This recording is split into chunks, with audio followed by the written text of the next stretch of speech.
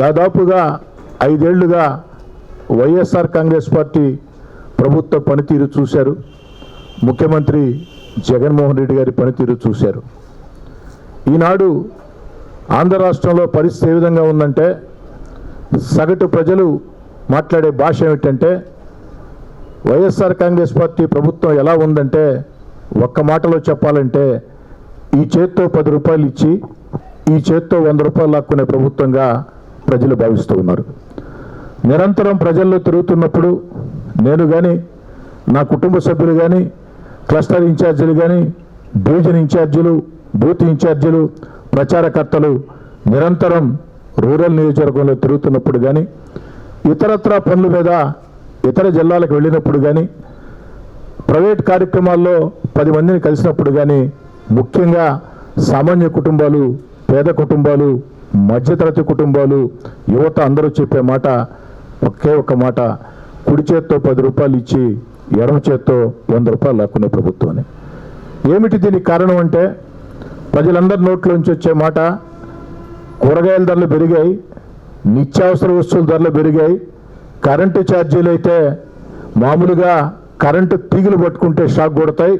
ఆంధ్ర రాష్ట్రంలో current shock కొట్టాలంటే తీగలు పట్టుకోబడలేదు. నెల నెల జగనన్న మనకిచ్చే కరెంటు బిల్లులు పట్టుకుంటే చేతులు షాకు, గుండె దాడ అనే పరిస్థితి. 1 కాదు, 2 కాదు, 3 కాదు, ఇసుక ధర తీవ్రంగా పెరిగిపోయింది. భవన నిర్మాణాలు కానీ, లేదా ఒక రోడ్డు, ఒక కాలువో, లేదా ఒక చిన్న ఇల్లు, ఒక గోడో ఏదైనా కట్టుకోవాలంటే ఇసుక కావాలంటే కళ్ళ ముందు ఇసుక కనిపిస్తున్నా కూడా 6,000, 6,500, 7,000 ఆనాడు తెలుగుదేశం హయాంలో ఉచితంగా ఇసుక ఇచ్చిన పరిస్థితి. అన్నిటికీ మించి ఎస్సీ, ఎస్టీ, బీసీ, మైనార్టీ కార్పొరేషన్లో వ్యాపారాలు చేసుకునేదానికి రుణాలు మంజూరు చేసేవాళ్ళు ఈనాడు ఆ యొక్క ఎస్సీ, ఎస్టీ, బీసీ, మైనార్టీ కార్పొరేషన్లో ఎలాంటి రుణాలు వ్యాపారాలకి మంజూరు కాని పరిస్థితిని కూడా ప్రజలు మొత్తం కూడా గుర్తుకు తెస్తూ ఉన్నారు. ఆటో కార్మికులైతే ఎంత దారుణంగా మాట్లాడుతున్నారంటే, మా ప్రాంతంలో 100 ఆటోలు ఉంటే 10 ఆటోలకి ఆ యొక్క ఆటో మిత్ర సంవత్సరానికి 10,000 వస్తుంది. కానీ 100 ఆటోలకి ఆ సంవత్సరం దాటే లోపల ఒక్కొక్క ఆటోకి 12,000, 13,000 పెనాల్టీలు వేసే పరిస్థితి. అంటే ఈ చేత్తో 1,00,000 ఇచ్చి ఈ చేత్తో 12 లక్షలు లాక్కునే పరిస్థితి అని చెప్పని.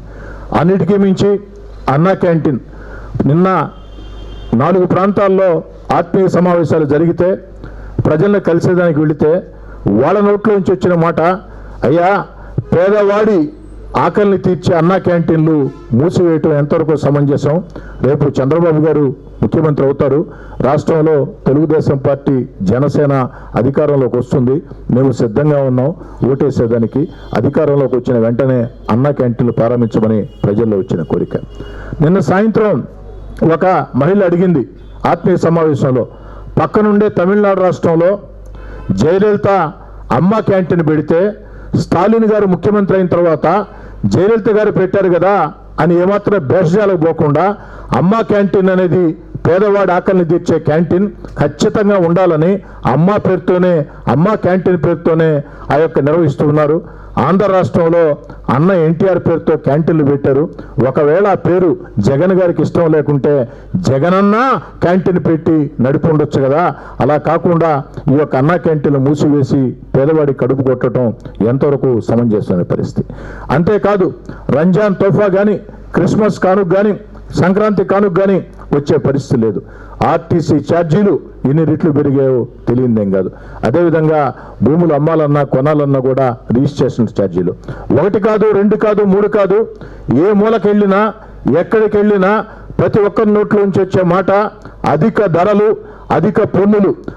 నిన్న ఒక యువకుడు అడిగాడు, ఏమని అడిగాడంటే, సార్ మేము కార్పొరేషన్కి పన్నులు కడుతూ ఉన్నాం కదా, కార్పొరేషన్కి పన్నులు కట్టేది రోడ్లు కాలువలు ఏమని, చెత్త ఎత్తమని, మరి చెత్త పేరుతో చెత్త పన్నేసిన ప్రభుత్వాన్ని భారతదేశంలో మేము ఎక్కడా చూడలేదు.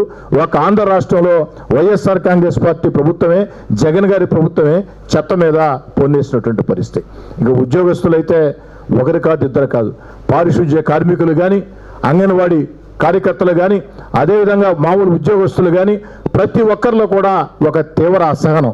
అంతేకాకుండా ఈరోజు అంగన్వాడీలు కానీ పారిశుద్ధ్య కార్మికులు కానీ మొత్తం ఈదుల్లోకి వచ్చి పోరాటం చేస్తుంటే మానవతావాదంతో వాళ్ళను కూర్చోబెట్టి చర్చలు జరిపి వాళ్ళ సమస్యల పరిష్కారం చేయకుండా ఏదైతే సమగ్ర సర్వశిక్షాభియాన్ ఉద్యోగులు కానీ ఇవన్నీ కూడా వాళ్ళు కొత్తగా అడిగే కోరికలు కాదు. ఎన్నికలకు ముందు జగన్ గారు వారిని ఏదైతే హామీలు ఇచ్చారో, జగన్ గారిని వాళ్ళు అడిగారో, వాళ్ళు జగన్ గారు బహిరంగంగా హామీలు ఇచ్చారో ఆ హామీలన్నీ నెరవేర్చయ్యా, నీ పదవీ కాలం కూడా పూర్తవుతుందని వీధుల్లోకి వచ్చే పోరాటం చేస్తుంటే అంగన్వాడీ కార్యకర్తల పట్ల, ఆశా వర్కర్ల పట్ల, పారిశుద్ధ్య కార్మికుల పట్ల, ఉద్యోగస్తుల పట్ల వైఎస్ఆర్ కాంగ్రెస్ పార్టీ ప్రభుత్వం, జగన్ గారి ప్రభుత్వం ఎంత దుర్మార్గంగా వ్యవహరిస్తుందో చాలా స్పష్టంగా అందరికీ అర్థమయ్యే పరిస్థితి. ఈ పరిస్థితుల్లో, ఇంత దారుణ పరిస్థితుల్లో యువత అడిగే మాట ఏమిటంటే, ఎన్ని ఉద్యోగాలు భర్తీ చేశారు సార్? ఉద్యోగాలంటే వాలంటీర్ ఉద్యోగాలు కాదు సార్. బాగా చదువుకొని డిగ్రీలు, పోస్ట్ గ్రాడ్యుయేషన్లు, బీటెక్లు, ఎంటెక్లు చేసి 5,000 రూపాయలకి వాలంటీర్లు గుడ్డి చాకరీ చేస్తున్నారు సార్. ప్రభుత్వ ఉద్యోగాల భర్తీ చేయటం లేదు. ప్రైవేట్ ఫ్యాక్టరీల ఆంధ్ర రాష్ట్రంలో రాజకీయంగా ప్రభుత్వాలు సహకరించలేకపోవడంతో అయ్యా ఆంధ్రాకు దండం అని చెప్పని ఉండే ఫ్యాక్టరీలు మూసేసి తెలంగాణకి, తమిళనాడుకి, కర్ణాటకకి వెళ్ళిపోయే పరిస్థితి. ఈ పరిస్థితుల్లో వారందరి కోరిక కూడా మళ్ళీ ఆంధ్ర రాష్ట్రంలో ఉద్యోగాలు రావాలంటే, ప్రభుత్వ ఉద్యోగాలు భర్తీ కావాలంటే, ప్రైవేట్ ఫ్యాక్టరీలు మొత్తం కూడా తెరవాలంటే చంద్రబాబు గారు ముఖ్యమంత్రి కావాలా, తెలుగుదేశం జనసేన అధికారం రావాలని కోరుకుంటున్నారు. నేను చెప్తే వినేదానికి కొంతమందికి ఆశ్చర్యకరంగా ఉండొచ్చు. ఈ మధ్య ఒక 6-7 మంది వాలంటీర్లు వచ్చి నన్ను కలిశారు. నేను వాలంటీర్లు సార్ అని కలిస్తే ఇంటికి వచ్చారు, కలిశారు. వాలంటీర్లు సార్ అంటే నేను అనుకున్నాను వాళ్ళు వాలంటీర్లుగా ఉండి నేనా వైఎస్ఆర్ కాంగ్రెస్ పార్టీకి దూరంగా జరిగిన ఎమ్మెల్యేని, తెలుగుదేశం పార్టీ నెల్లూరు రూరల్ నియోజకవర్గ ఇన్ఛార్జిని, ఇంత ధైర్యంగా వచ్చారా, ఏ వ్యక్తిగత సమస్య ఏమని ఏందని అడిగినప్పుడు వాళ్ళు చెప్పినటువంటి మాట ఏమిటంటే, వాలంటీర్లు సార్ మేమందరం కూడా బీటెక్లు చేసాం, డిగ్రీలు చేసాం, మంచి చదువులు చదువుకున్నాం, కానీ ఉద్యోగాలు లేక, ఉద్యోగాలు ఎక్కడి నుంచి వస్తాయి సార్? ప్రభుత్వం ఉద్యోగాలు భర్తీ చేయటం లేదు. 100 ఉద్యోగాలు ఉంటే 1 ఉద్యోగం భర్తీ చేస్తూ ఉన్నారు. ప్రైవేట్ ఫ్యాక్టరీల ఆంధ్ర రాష్ట్రంలో పరిస్థితులు బాగాలేక ప్రభుత్వాలు వాళ్ళని వేధిస్తూ ఉండటంతో వైఎస్ఆర్ కాంగ్రెస్ పార్టీ ప్రభుత్వం మీద కోపంతో ఫ్యాక్టరీలు మూసేసి ఇతర రాష్ట్రాలకు పోతూ ఉన్నారు. మేము 5,000 రూపాయల కోసం ఒడ్డు చాకరీ చేస్తున్నాం సార్. మా చేత అనేక రకాలైనటువంటి కార్యక్రమాలు చేస్తూ ఉన్నారు.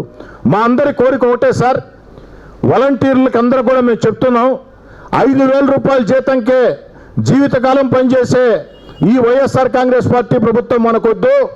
వైఎస్ఆర్ కాంగ్రెస్ పార్టీ ప్రభుత్వం మళ్ళీ అధికారంలోకి వస్తే మనం ఎప్పటికీ 5,000 రూపాయల జీతంకే పనిచేయాల్సిన పరిస్థితి, ఉద్యోగ భద్రత లేని పరిస్థితి. అదే తెలుగుదేశం పార్టీ అధికారంలోకి వస్తే, తెలుగుదేశం జనసేన అధికారంలోకి వస్తే, చంద్రబాబు గారు ముఖ్యమంత్రి అయితే మనందరికి కూడా ప్రైవేట్ ప్రభుత్వ రంగాల్లో ఉద్యోగాలు వస్తాయి. ఆ ఉద్యోగాల్లో వాలంటీర్లు కూడా ఉంటారు, వాలంటీర్లకి మంచి ఉద్యోగాలు వస్తాయి అన్న మాట మేమందరం చెప్తున్నాం సార్ అని చెప్పని. నా నిజంగా ఒక పక్క ఆశ్చర్యం, ఒక పక్క సంతోషం. ఎందుకని చెప్తున్నానంటే, మనం అనుకుంటాం పాపం ప్రజలు ఏం మాట్లాడలేని, కానీ ప్రజలు బహిరంగంగా మాట్లాడకపోవచ్చు. ఎందుకంటే మాట్లాడితే కేసులు కాబట్టి, వేధింపులు కాబట్టి మాట్లాడకపోవచ్చు. కానీ మాట్లాడాల్సిన చోట వాళ్ళ ఇళ్లలో, వాళ్ళ కుటుంబాలతో, వాళ్ళ స్నేహితులతో మాట్లాడుతూ ఉంటారు. వాలంటీర్లలోనే ఇంత పెద్ద మార్పు అంటే, వాలంటీర్లలోనే తెలుగుదేశం జనసేన ప్రభుత్వం రావాలా, చంద్రబాబు గారు ముఖ్యమంత్రి కావాలా, చంద్రబాబు గారు ముఖ్యమంత్రి అయితే ప్రభుత్వ ప్రైవేట్ రంగాల్లో ఉద్యోగాలు వస్తాయి, మేమంతా బాగా చదువుకున్న వాళ్ళమే, జీవితకాలం 5,000 రూపాయలకి వాలంటీర్లుగా పనిచేసే పరిస్థితి మనకు ఉండదు, మనందరికీ మంచి భవిష్యత్తు ఉంటుందని వాలంటీర్లే చంద్రబాబు గారి మీద అంత నమ్మకంతో మాట్లాడుతూ ఉన్నారంటే నిజంగా నాకు చాలా ఆశ్చర్యం వేసింది. అది పరిస్థితి నాడు. కాబట్టి ఈ పరిస్థితుల్లో ఏదైతే సంక్షేమ కార్యక్రమాలు, అభివృద్ధి కార్యక్రమాలు, మన బిడ్డలకు ఉద్యోగాలు ఇవన్నీ కూడా రావాలంటే రాష్ట్రంలో తెలుగుదేశం జనసేన అధికారంలోకి రావాలా, చంద్రబాబు నాయుడు గారు ముఖ్యమంత్రి కావాలా అన్న భావన ప్రజల్లో బలంగా ఉంది. ప్రజలందరూ కూడా నేను మనవి చేస్తూ ఉన్నా, ఈ ఎన్నికల్లో ఎవరిని వాళ్ళు మనం అందరం కూడా ఆంధ్ర రాష్ట్రం ముందుకు సాగాలంటే, అభివృద్ధి పదంలో ముందుకు సాగాలంటే, సంక్షేమ పథకాలు, అభివృద్ధి కార్యక్రమాలు, మన బిడ్డలకు ఉద్యోగాలు, ఏదైతే రాజధాని లేని రాష్ట్రం ఆంధ్రప్రదేశ్ ఈనాడు దేశంలో ప్రతి రాష్ట్రానికి కూడా రాజధాని ఉంది. ఆంధ్రప్రదేశ్ రాజధాని లేదు. ఆంధ్రప్రదేశ్ రాజధాని ఉండాలా? అమరావతి ఏకైక రాజధానిగా అభివృద్ధి చెందాలంటే చంద్రబాబు గారి నాయకత్వాన్ని ఏ విధంగా మీరు కోరుకుంటున్నారో మీరు వీధుల్లోకి రావాల్సిన సమయం ఆసన్నమైంది. మీరు వీధుల్లోకి వచ్చి జెండాలు పట్టుకోమని నేను చెప్పటం లేదు. ఈనాడు సోషల్ మీడియా ప్రతి ఒక్కరి చేతుల్లో ఉంది. అందరి వద్ద ఫోన్లు ఉన్నాయి. సోషల్ మీడియా అలవాటు ఉంది. కాబట్టి తెలుగుదేశం జనసేనకు మద్దతుగా మీ సోషల్ మీడియాలో వేదికగా చేసుకొని స్పందించండి. ఆంధ్ర రాష్ట్రాన్ని మనం అందరం కాపాడుకోవాలా? ఎవరికి వారు ప్రజలు అనుకూలంగా ఉన్నారు, ఖచ్చితంగా తెలుగుదేశం అధికారంలోకి వచ్చేస్తుంది అన్న నిర్లిప్త ధోరణితో కాకుండా ఎవరికి వాళ్ళు ఎన్నికల సమయం ఆసన్నమైంది కాబట్టి ఎన్నికల నోటిఫికేషన్ ఈ నెలాఖరు మొదటి వారం వచ్చే పరిస్థితి ఉంది కాబట్టి ఇక అధికార పార్టీ నాయకుల దురాగతాలు సాగు. అధికారులు కూడా సహకరించరు. అధికారులు కూడా చాలా మార్పు వచ్చిన పరిస్థితి. అనేక మంది ఉన్నతాధికారులు కూడా రాబోయే పరిస్థితిని గమనించి ఎక్కడికెక్కడ అందరూ కూడా తెలుగుదేశం జనసేన నాయకులతో నిరంతరం సంబంధాలు పెట్టుకుని ఉన్నారు. కాబట్టి వారందరినీ కూడా ప్రజలందరినీ కూడా కోరుతూ ఉన్నా, మీరు విధుల్లోకి రండి. ఆంధ్రప్రదేశ్ ఏకైక రాజధాని అమరావతి. ఆంధ్రప్రదేశ్లో సంక్షేమం, అభివృద్ధి కార్యక్రమాలు, మన బిడ్డలకు ఉద్యోగాలు ఏకతాటిగా సాగాలంటే ఆంధ్ర రాష్ట్రంలో చంద్రబాబు నాయుడు గారిని ముఖ్యమంత్రి చేసుకోవాలా అన్న భావన, తెలుగుదేశం పార్టీ జనసేన గెలిపించాలన్న భావన మీలో ఎంత బలంగా ఉందో ఖచ్చితంగా దాన్ని సాకారం కావాలంటే మీరందరూ కూడా ఎవరికి వాళ్ళు విధుల్లోకి రావాలని కోరుకుంటూ ఉన్నా. ఆనాడు ప్రజలు అడుగుతూ ఉన్నారు. ఆనాడు దురదృష్టవశాత్తు ఎవరైనా చనిపోతే, సహజ మరణం అయితే 2 లక్షలు, యాక్సిడెంట్ అయితే 5 లక్షలు చంద్రన్న బీమా. ఆ బీమా కూడా ఈరోజు లేని పరిస్థితి. ప్రజలు అడుగుతూ ఉన్నారు, అయ్యా చంద్రబాబు గారి పేరు పెట్టడం మీకు ఇష్టం లేకుంటే చంద్రన్న బీమా బదులు జగనన్న బీమా పెట్టు, మాకు అభ్యంతరం లేదు. కానీ ఒక కుటుంబం మరణించినప్పుడు 2 లక్షల రూపాయల సహాయం అనేది కుటుంబానికి ఒక భరోసా ఇస్తుంది. యాక్సిడెంట్లో చనిపోతే 5 లక్షలకు భరోసా ఇస్తుంది. అవన్నీ ఏమైపోయినాయి అని ప్రజలు మొత్తం కూడా మాట్లాడే పరిస్థితి. కాబట్టి ఆంధ్ర రాష్ట్రంలో ఉండే ప్రజల్లో ఆలోచన ఈ రకంగా ఉంది. ఒక వర్గం అని కాదు, పేద, సామాన్య, మధ్యతరగతి తేడా లేకుండా ప్రతి ఒక్కరు కూడా విద్యావంతుల, నిరక్షరాస్యుల తేడా లేకుండా, కులాలు మతాలకు అతీతంగా, మైనార్టీల మెజార్టీల తేడా లేకుండా అందరిలో కూడా ఉన్న అనుకూల వాతావరణాన్ని సద్వినియోగం చేసుకునేదానికి తెలుగుదేశం జనసేన కార్యకర్తలు కష్టించి పనిచేయాలని, ప్రజలు కూడా ఎన్నికల సమయం వచ్చేస్తుంది కాబట్టి వీధుల్లోకి రావాలని చెప్పని కోరుకుంటూ నా మాటలు ముగించే ముందు ఒక్క మాట చెప్తూ ఉన్నాను.